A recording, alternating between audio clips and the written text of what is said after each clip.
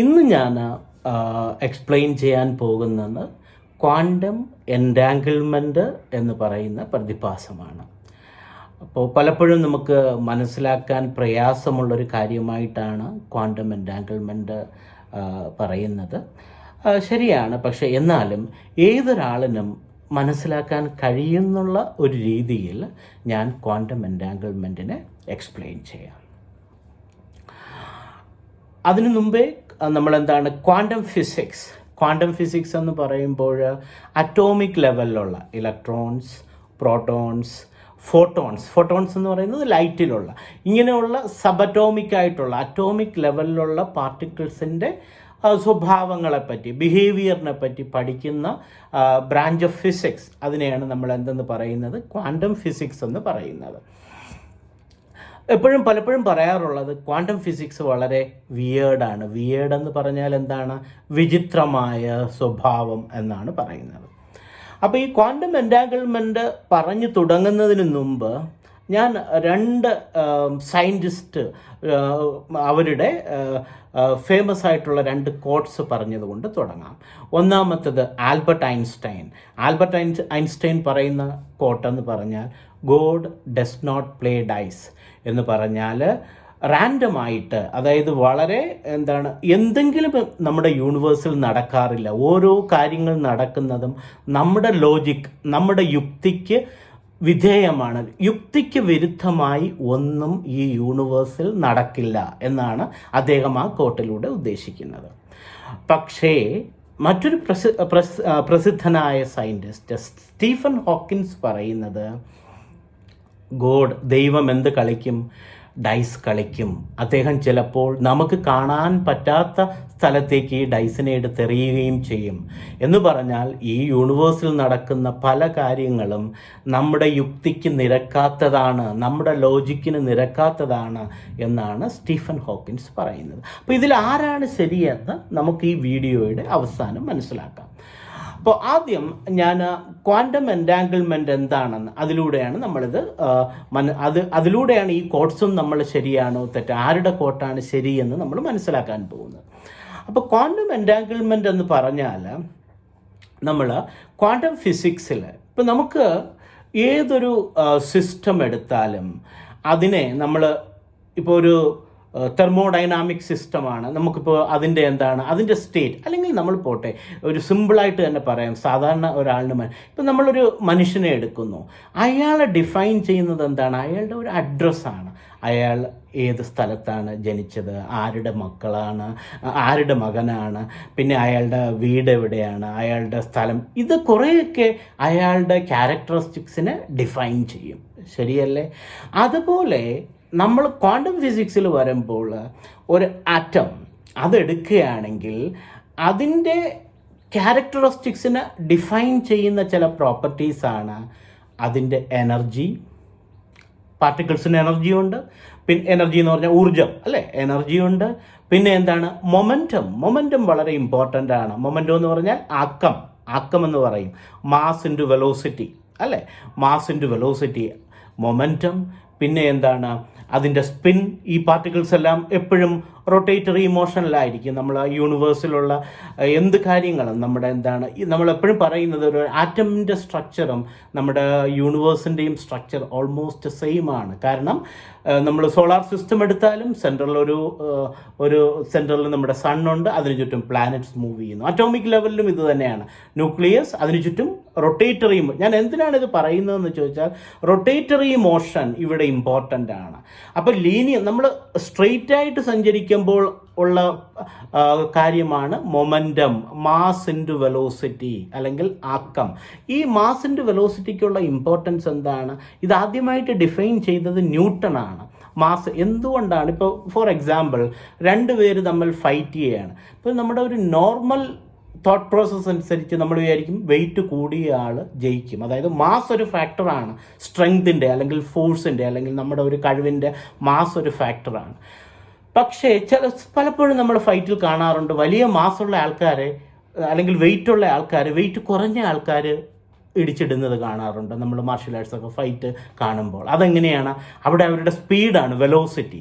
അതുകൊണ്ടാണ് മാസും വെലോസിറ്റിയും ചേർത്ത് mass into velocity എന്ന് പറയുന്ന ഒരു ഫിസിക്കൽ ക്വാണ്ടിറ്റിയെ ന്യൂട്ടൺ ഡിഫൈൻ ചെയ്ത് അതിനെ നമ്മൾ ആക്കം എന്ന് പറയും, മൊമെൻറ്റം അല്ലെങ്കിൽ ആക്കം. പക്ഷേ ഇനി സബറ്റോമിക് പാർട്ടിക്കിൾസ് എടുത്താലും അല്ലെങ്കിൽ ഇനിയിപ്പോൾ നമ്മുടെ എന്താണ് യൂണിവേഴ്സിൽ കുറച്ചുകൂടെ മാക്രോ ലെവലിലേക്ക് നമ്മൾ പോവുകയാണെങ്കിലും അവിടെ റൊട്ടേഷൻ വരുന്നത് കൊണ്ട് അതിന് നമ്മൾ ആംഗുലാർ മൊമെൻറ്റം അല്ലെങ്കിൽ നമ്മൾ അതിന് മലയാളത്തിൽ പറയുകയാണെങ്കിൽ കോണീയ ആക്കം എന്ന് പറയും. മനസ്സിലാകുന്നുണ്ടോ? അപ്പോൾ ആംഗുലാർ മൊമെൻറ്റം, അപ്പോൾ സ്ട്രെയിറ്റ് ആയിട്ട് സഞ്ചരിക്കുമ്പോൾ ആക്കം, മൊമെൻറ്റം, മാസ് ഇൻറ്റു വെലോസിറ്റി. പക്ഷേ റൊട്ടേറ്ററി മോഷൻ വരുമ്പോൾ അതിന് നമ്മൾ എന്തെന്ന് പറയും? കോണീയ ആക്കം അല്ലെങ്കിൽ ആംഗുലാർ മൊമെൻറ്റം എന്ന് പറയുന്ന ഒരു. അപ്പോൾ ഈ അറ്റോമിക് പാർട്ടിക്കിൾസിന് ഈ ആംഗുലാർ മൊമെൻറ്റം വളരെ ഇമ്പോർട്ടൻ്റ് ആണ്. സ്പിൻ, അതിൻ്റെ റൊട്ടേഷൻ, അത് വേണമെങ്കിൽ എന്ത് ചെയ്യാം, അവർ സ്പിൻ ചെയ്യുന്നത് എങ്ങനെയൊക്കെ ആയിരിക്കാം. ഒന്നുകിൽ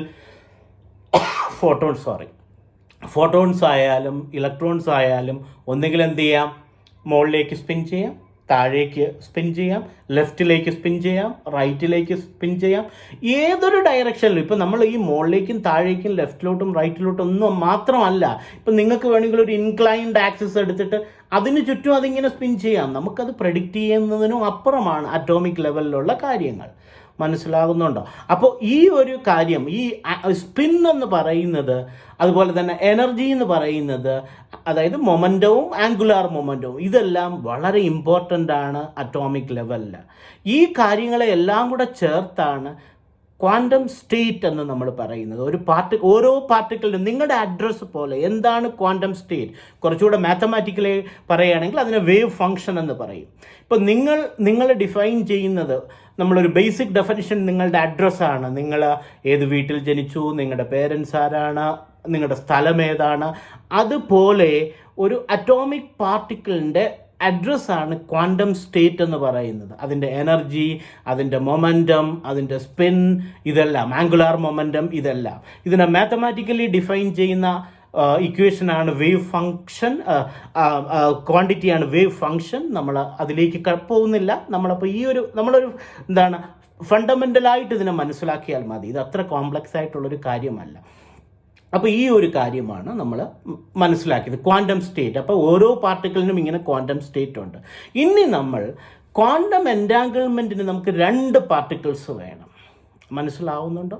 2 ഫോട്ടോൺ അല്ലെങ്കിൽ 2 ഇലക്ട്രോൺ അല്ലെങ്കിൽ 2 പ്രോട്ടോൺ, ഇങ്ങനെയുള്ള നമ്മൾ 2 ഫോട്ടോൺസിലാണ് 2 ഫോട്ടോൺസ് എടുക്കുന്നു. ഇവരെ എങ്ങനെയാണ് എൻറ്റാങ്കിൾ ചെയ്യുക എന്ന് പറഞ്ഞാൽ അവർ തമ്മിൽ അവർ തമ്മിലിങ്ങനെ അങ്ങോട്ടും ഇങ്ങോട്ടും ബന്ധപ്പെടുക, അല്ലേ? അങ്ങനെ അതാണ് എൻറ്റാങ്കിൾ ചെയ്യുക. അപ്പോൾ ഈ 2 ഫോട്ടോൺസ് എങ്ങനെയാണ് എൻറ്റാങ്കിൾ ചെയ്തിരിക്കുന്നത്, അതാണ് നമ്മൾ ഇനി മനസ്സിലാക്കാൻ പോകുന്നത്. അപ്പോൾ അങ്ങനെ വേണമെങ്കിൽ നമുക്ക് 2 എൻറ്റാങ്കിൾഡ് ആയിട്ടുള്ള പാർട്ടിക്കിൾസിനെ ആദ്യം ഉണ്ടാക്കണം. എന്നാലല്ലേ അതിൻ്റെ അത് എത്രത്തോളം സ്ട്രെയിഞ്ച് ആണെന്ന് നമുക്ക് മനസ്സിലാക്കാൻ പറ്റുള്ളൂ.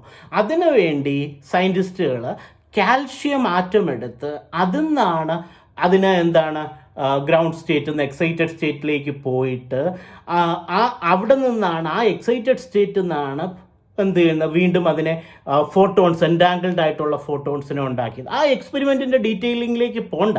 നമ്മൾ ആ ഒരു സൈഡ് നമ്മൾ ഈ ഒരു ഫിനോമിനോൺ എന്താണെന്ന് മനസ്സിലാക്കാനായിട്ട്, അതിനെ പറയാനായിട്ട് ഞാൻ ഈ വീഡിയോയിൽ ശ്രമിക്കാം. അപ്പോൾ ഒരു കാൽഷ്യം ആറ്റംസ് എന്ന് നമ്മളതിനെ എനർജി കൊടുത്ത് എക്സൈറ്റഡ് സ്റ്റേറ്റിലേക്ക് കൊണ്ടുപോയിട്ട് എനർജി കൂട്ടുമ്പോൾ അത് ഫോട്ടോൺസിനെ എമിറ്റ് ചെയ്യും. 2 ഫോട്ടോൺസിനെ അത് എമിറ്റ് ചെയ്യുന്നത് എന്ന് വെച്ചാൽ അതിനെ ഗ്രൗണ്ട് സ്റ്റേറ്റിലേക്ക് വരാതെ അതിനെ ഇങ്ങനെ നിർത്തിയിരിക്കും. അപ്പോൾ അത് രണ്ടോ മൂന്നോ ഫോട്ടോൺസിനെ അത് എമിറ്റ് ചെയ്യും. ആ എക്സ്പെരിമെൻറ്റ് നിങ്ങൾക്ക് വേണമെങ്കിൽ ഗൂഗിളിൽ സെർച്ച് ചെയ്യാം. അപ്പോൾ ആ കിട്ടുന്ന 2 ഫോട്ടോൺസ് നിങ്ങൾ എടുക്കുകയാണെങ്കിൽ ആ 2 ഫോട്ടോൺസും എൻറ്റാങ്കിൾഡ് ആണ്. എൻറ്റാങ്കിൾഡ് എന്ന് പറഞ്ഞാൽ അവരെന്താണ് ഐഡൻറ്റിക്കൽ ട്വിൻസ് പോലെ അവരുടെ ക്വാണ്ടം സ്റ്റേറ്റുകൾ സെയിം ആയിരിക്കും. 2 പേർക്കും ഒരേ ക്വാണ്ടം സ്റ്റേറ്റുകളായിരിക്കണം 2 പേർക്കും ഉള്ളത്. പക്ഷേ നിങ്ങളൊരു കാര്യം മനസ്സിലാക്കണം, ഈ ഫോട്ടോൺസ് ഉണ്ടാകുന്നതിന് മുമ്പ് നിങ്ങൾക്കറിയാം, നിങ്ങൾ കേട്ടിട്ടുണ്ട്, law of conservation of energy നിങ്ങൾ കേട്ടിട്ടുണ്ട്, law of conservation of matter അല്ലേ, മാറ്റർ കേട്ടിട്ടുണ്ട്. അതുപോലെ തന്നെ law of conservation of momentum, angular momentum, ഇതെല്ലാം നിങ്ങൾ കേട്ടിട്ടുണ്ട്. അപ്പോൾ ഇതെല്ലാം കൺസേർവ്ഡ് ആണ് എന്ന് പറഞ്ഞാൽ അതിൻ്റെ മീനിങ് എന്താണ്?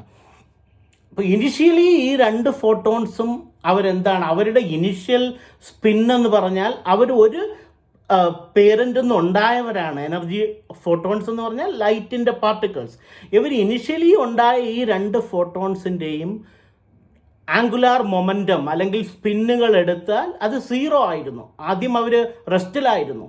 പിന്നെ അവരുണ്ടായപ്പോൾ അവർക്ക് എന്തുണ്ട്, ആംഗുലാർ മൊമെൻറ്റം ഉണ്ട് എന്ന് പറഞ്ഞാൽ നമ്മുടെ മൊമെൻറ്റം കൺസേർവ്ഡ് ആണെങ്കിൽ, ഇപ്പോൾ ഒരു പാർട്ടിക്കിൾ ക്ലോക്ക് വൈസിലാണ് പോകുന്നതെങ്കിൽ മറ്റേ പാർട്ടിക്കിൾ എങ്ങോട്ട് പോകണം, ആൻറ്റി ക്ലോക്ക് വൈസ്. ഒരു പാർട്ടിക്കിൾ ലെഫ്റ്റിലേക്കാണ് സ്പിൻ ചെയ്യുന്നതെങ്കിൽ ആ ഉണ്ടായ എൻഡാങ്കിൾഡ് പാർട്ടിക്കിൾസ്, മറ്റേ ഫോട്ടോൺ പാർട്ടിക്കിൾ എന്ന് ഞാനിവിടെ ഉദ്ദേശിക്കുന്ന ഫോട്ടോൺ, അത് റൈറ്റിലേക്ക് പോകണം.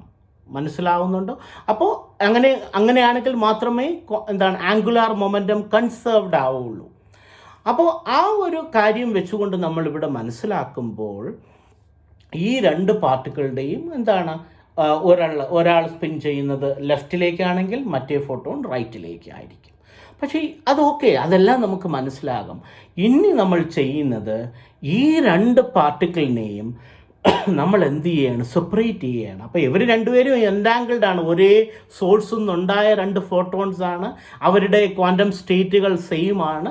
അപ്പം അവർ എൻഡാങ്കിൾഡ് ആണെന്ന് പറഞ്ഞാൽ ഒരാളിൻ്റെ ക്വാണ്ടം സ്റ്റേറ്റും മറ്റേയാളിൻ്റെ ക്വാണ്ടം സ്റ്റേറ്റും സെയിം ആയിരിക്കും. പക്ഷേ ആംഗുലാർ മൊമെൻറ്റത്തിൻ്റെ കൺസർവേഷൻ ഓഫ് ആംഗുലാർ മൊമെൻറ്റം വെച്ച് ഒരാളിൻ്റെ സ്പിൻ ലെഫ്റ്റിലേക്കാണെങ്കിൽ മറ്റേയാളിൻ്റെ റൈറ്റിലേക്കായിരിക്കണം. ഒരാളുടെ സ്പിൻ മുകളിലേക്കാണെങ്കിൽ മറ്റേയാൾ റൊട്ടേറ്റ് ചെയ്യേണ്ടത് എന്താണ്, താഴേക്കായിരിക്കണം. അല്ലെങ്കിൽ ഒരാൾ ക്ലോക്ക് വൈസ് ആയിട്ട് റൊട്ടേറ്റ് ചെയ്യുന്നതാണെങ്കിൽ മറ്റേ ഫോട്ടോൺ ആൻറ്റി ക്ലോക്ക് വൈസ് ആയിട്ട് റൊട്ടേറ്റ് ചെയ്യണം. അതാണ് law of conservation of angular momentum. ഇനി നമ്മൾ മനസ്സിലാക്കേണ്ട ഇനി പറയുന്ന കാര്യമാണ് ഏറ്റവും വിചിത്രമായിട്ടുള്ള, ഏറ്റവും സ്ട്രെയിഞ്ച് ആയിട്ടുള്ള കാര്യം. ഈ പാർട്ടിക്കിൾസിനെ നമ്മൾ വളരെ ഹ്യൂജ് ഡിസ്റ്റൻസിലേക്ക് കൊണ്ടുപോയിട്ട് നമ്മൾ രണ്ട് സ്ഥലത്ത് നിന്ന് ഒരു ഫോട്ടോണിൻ്റെ ആംഗുലാർ മൊമെൻറ്റം അത് ലെഫ്റ്റിലേക്കാണ് അതിങ്ങനെ സ്പിൻ ചെയ്യുന്നതെങ്കിൽ, അല്ലെങ്കിൽ അത് ക്ലോക്ക് വൈസ് ആയിട്ടാണ് സ്പിൻ ചെയ്യുന്നതെങ്കിൽ, വളരെ ഒരുപാട് കിലോമീറ്റേഴ്സ് ഡിസ്റ്റൻസ് കൊണ്ട് മാറ്റി നിർത്തിയാലും ആ മൊമെൻറ്റിൽ മറ്റേ പാർട്ടിക്കിൾ എങ്ങോട്ട് തന്നെ സ്പിൻ ചെയ്യും, റൈറ്റിലേക്ക്. ഒരാൾ ക്ലോക്ക് വൈസ് ആണെങ്കിൽ മറ്റത് ആൻറ്റി ക്ലോക്ക് വൈസിൽ. ഇത്രയും ഡിസ്റ്റൻസ് സെപ്പറേഷനിലും ഈ എൻഡാങ്കിൾഡ് പാർട്ടിക്കിൾസ് കമ്മ്യൂണിക്കേറ്റ് ചെയ്യുന്നു.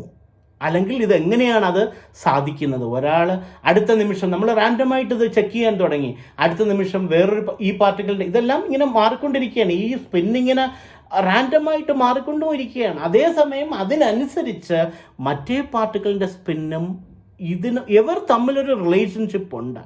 മറ്റേ ഇതിപ്പോൾ എന്താണ് മുകളിലേക്ക് സ്പിൻ ചെയ്യുകയാണെങ്കിൽ അത് ആ സമയത്ത് നമ്മൾ മറ്റേ പാർട്ടിക്കിളിനെ മെഷർ ചെയ്യുമ്പോൾ അതിൻ്റെ സ്പിൻ താഴേക്കായിരിക്കും. ഇവർ തമ്മിലൊരു കമ്മ്യൂണിക്കേഷൻ, അല്ലെങ്കിൽ എത്രയോ ഡിസ്റ്റൻസ് നമ്മളിപ്പോൾ ഭൂമിയിലും വേറൊരു സാറ്റലൈറ്റിലും ഒക്കെ വെച്ച് ഈ എക്സ്പെരിമെൻറ്റ്സ് നടത്തി. അപ്പോഴെല്ലാം ഈ എൻഡാങ്കിൾഡ് പാർട്ടിക്കിൾസ്, ഈ കാൽഷ്യം ആറ്റംസ് എന്നുണ്ടാക്കിയ ഫോട്ടോൺസ്, എൻഡാങ്കിൾഡ് പാർട്ടിക്കിൾസ് നമ്മൾ എക്സ്പെരിമെൻ്റലി എങ്ങനെയാണ് ഉണ്ടാക്കിയത്? എൻഡാങ്കിൾഡ് പാർട്ടിക്കിൾസ് എന്ന് പറഞ്ഞാൽ അവരുടെ ക്വാണ്ടം സ്റ്റേറ്റ് എന്ന് പറഞ്ഞാൽ അവരുടെ address, energy, spin, momentum, angular momentum, ഇതെല്ലാം. അപ്പോൾ അങ്ങനെ എൻഡാങ്കിൾഡ് ആയിട്ടുള്ള രണ്ട് ഫോട്ടോൺസ്, രണ്ട് പാർട്ടിക്കിൾസ് അവർ കമ്മ്യൂണിക്കേറ്റ് ചെയ്യുന്നു. അല്ലെങ്കിൽ അവർ തമ്മിൽ എന്തോ റിലേഷൻ, എത്രയോ കിലോമീറ്റേഴ്സ് ഡിസ്റ്റൻസ് വെച്ചാൽ പോലും അതുണ്ടാകുന്നു. ഈ പ്രതിഭാസമാണ് ക്വാണ്ടം എൻഡാങ്കിൾമെൻ്റ് എന്ന് പറയുന്നത്. ഇവരെങ്ങനെയാണ് ഇത് ഇങ്ങനെ കമ്മ്യൂണിക്കേറ്റ് ചെയ്യുന്നതെന്ന് നമുക്ക് യഥാർത്ഥത്തിൽ എങ്ങനെയാണെന്ന് അറിയില്ല. ഇതിനെയാണ് ഐൻസ്റ്റൈൻ പറഞ്ഞത് സ്പൂക്കി ആക്ഷൻ എന്ന് പറഞ്ഞാൽ ഇതെന്തോ പ്രേതബാധയാണ്, അല്ലാതെ ഇവരെങ്ങനെയാണ് ഇത്രയും ഡിസ്റ്റൻസിൽ കമ്മ്യൂണിക്കേറ്റ് ചെയ്യുന്നത്? അപ്പോൾ ഈ സ്ട്രേഞ്ച് ആയിട്ടുള്ള ബിഹേവിയർ നമുക്ക് മനസ്സിലാക്കുന്നത് ലൈറ്റിൻ്റെ സ്പീഡിനേക്കാളും ഫാസ്റ്റായിട്ടാണ് ഇത് നടക്കുന്നത്, ഇവർ തമ്മിൽ കമ്മ്യൂണിക്കേഷൻ. അതായത് 1.5 lakhs times the speed of light.